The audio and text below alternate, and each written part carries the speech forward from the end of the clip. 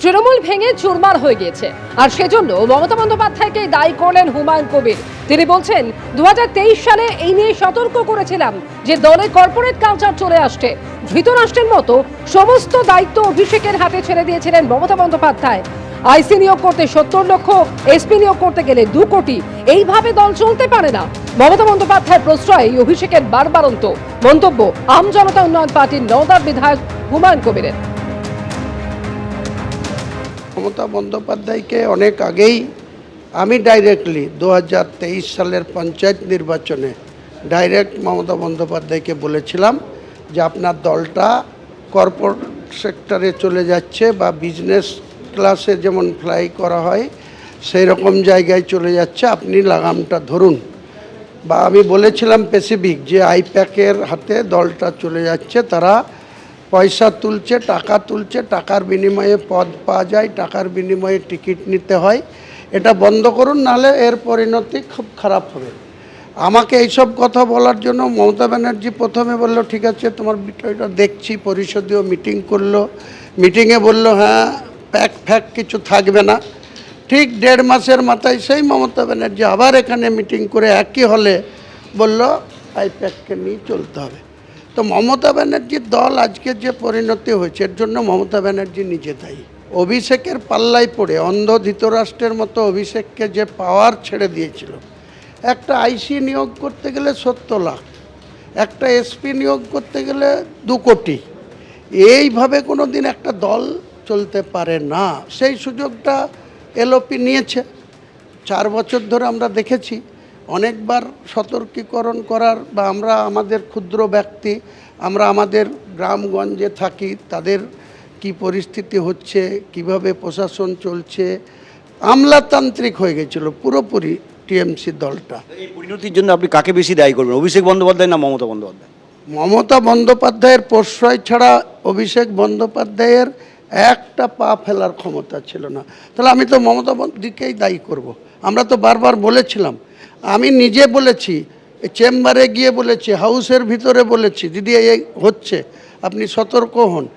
বলছে দেখছি, অভিষেককে বলে দিচ্ছি, অভিষেকের কাছে যাও।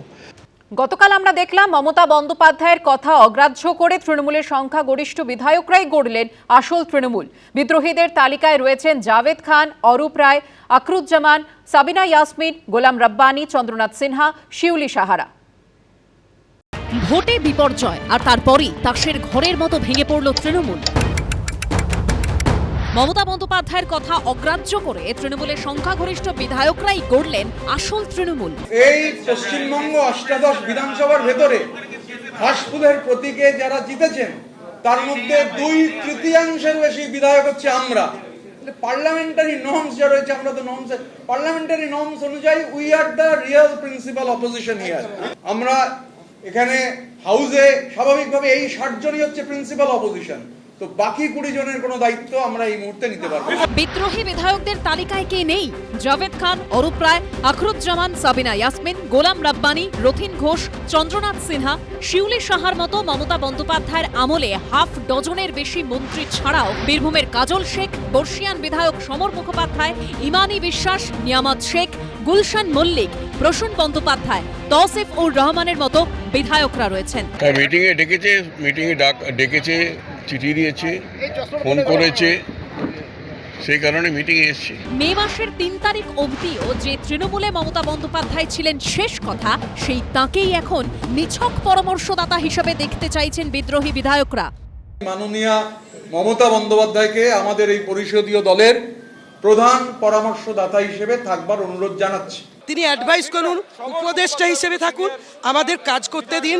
2011 সাল থেকে তৃণমূলকে ঢালাও ভোট দিয়েছে মুসলিমরা। মুসলিমদের স্থায়ী ভোট ব্যাংক হিসেবে ধরে নিয়েছিলেন মমতা বন্দ্যোপাধ্যায়, কিন্তু এবারের ভোটে তার সেই ধারণা ভেঙেছে। মুসলমানদের একটা বড় অংশ এবার সিপিএম, কংগ্রেস কিংবা বিজেপিকে ভোট দিয়েছে। এরপর ফলতার পুনর্নির্বাচনও দেখিয়ে দিয়েছে মুসলমান ভোটাররা তৃণমূলের স্থায়ী সম্পত্তি নয়। প্রায় 30% সংখ্যালঘু ভোট থাকা ফলতায় জামানত জব্দ হয়েছে তৃণমূলের। ক্ষমতার কাছাকাছি আজকে মমতা বন্দ্যোপাধ্যায় নেই, তাই মমতা বন্দ্যোপাধ্যায়ের শাস্তি মধ্যে মুসলিম যারা জনগোষ্ঠী তারাও ক্রমশ তার হাত থেকে সরে আসছে। তারা মনে করছে তৃণমূল কংগ্রেসের এবং অভিষেক বন্দ্যোপাধ্যায় মমতা বন্দ্যোপাধ্যায়ের নেতৃত্বে যে তৃণমূল কংগ্রেস তার থেকে সরে আসলেই তারা নিরাপত্তা পাবে বলে মনে করছে তারা। বুধবার দেখা গেল তৃণমূল বিধায়কদের বড় অংশ বিরোধী দলনেতা বেছে নেওয়ার ক্ষেত্রেও মমতা বন্দ্যোপাধ্যায়ের পছন্দকে মানলেন না। 2026-এর বিধানসভা নির্বাচনে তৃণমূলের 80 জন বিধায়কের মধ্যে মুসলিম বিধায়কের সংখ্যা 34 জন। বুধবার তার মধ্যে 17 জনই আসল তৃণমূল হিসাবে নিজেদের দাবি করে মমতা বন্দ্যোপাধ্যায়ের উল্টো পথে হাঁটলেন। আমরা ভেবেছিলাম মুসলমান সত্তার একটা জাগরণ ঘটবে। এখন ব্যাপারটা হচ্ছে মমতার সঙ্গে আর কেউ নেই, কেননা উনি মুসলমানদের প্রতিশ্রুতি দিতেন কিন্তু ওদের হয়ে কিছু করতেন না, ওদেরকে খেপানোর কাজটা করতেন। দল হাতছাড়া, নেতৃত্ব হাতছাড়া, 1.5 দশকেরও বেশি সময় ধরে পাশে থাকা সংখ্যালঘুরাও ধীরে ধীরে পাশ থেকে সরে যাচ্ছেন। তাহলে মমতা বন্দ্যোপাধ্যায়ের রাজনৈতিক পুঁজি হিসাবে আর থাকলো কি? আশাফুল হোসেন, ময়ূর ঠাকুর চক্রবর্তী ও উজ্জ্বল মুখোপাধ্যায়ের রিপোর্ট, এবিপি আনন্দ। কোচবিহারের ছবি আপনাদের সামনে রাখবো, যার বিরুদ্ধে অভিযোগ রয়েছে আবাসের নামে ঘর পাইয়ে দেওয়ার নাম করে কাটমানি নিয়েছেন তিনি। তারপর থেকে বিক্ষোভ দেখাতে শুরু করেন স্থানীয় বাসিন্দারা পালা বদলের পর। আর তারপর পুলিশ গিয়ে তাকে অনেকক্ষণ ধরে খোঁজ খবর করার পর যখন তাকে খুঁজে পাওয়া যাচ্ছিল না, শেষমেশ তিনি বের হয়ে এলেন খাটের তলা থেকে।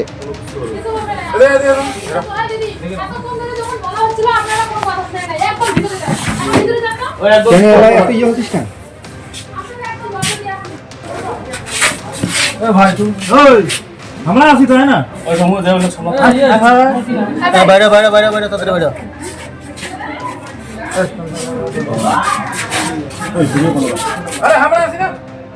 আবাস যোজনায় কাটমানি নেওয়ার অভিযোগে বিক্ষোভ এবং তারপর এই তৃণমূল নেতা শহীদুল মিয়াকে পুলিশ খুঁজে পেল খাটের তলা থেকে, যা নিয়ে সরাসরি নিশানা করেছেন অমিত মালব্য।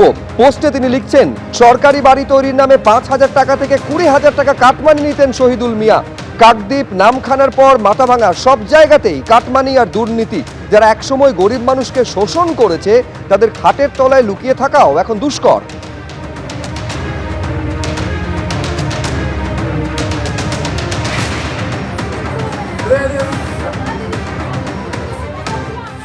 ভয়ঙ্কর ভয়ঙ্কর দৃশ্য দেখছি। প্রধানের স্বামী যাচ্ছে, রাস্তায় ধরে জুতো পেটা করছেন মহিলারা। বাড়ির টাকা, শৌচালয়ের টাকা সব জায়গা থেকে কাটমানি খেয়েছে। এখন ওরা ভয়ে, লোকেরা বলতে পারতো না, কমপ্লেন করতে পারতো না, পুলিশ ওদের দাঁড়াতো। এখন কমপ্লেন করছেন, সেই পুলিশে কোমরে দড়ি বেঁধে টেনে নিয়ে চলে যাচ্ছে। দেখতে হবে আরো, এটা খুবই প্যাথেটিক পশ্চিমবাংলার ক্ষেত্রে। এই যে 15টা বছর সব গেছে, যে খুব দুঃসময় গেছে আমাদের, সেখান থেকে কেটে বেরিয়ে এসছে। যারা অপরাধ করেছে তাদের শাস্তি পেতে হবে। এবিপি আনন্দ, এগিয়ে থাকে, এগিয়ে রাখে।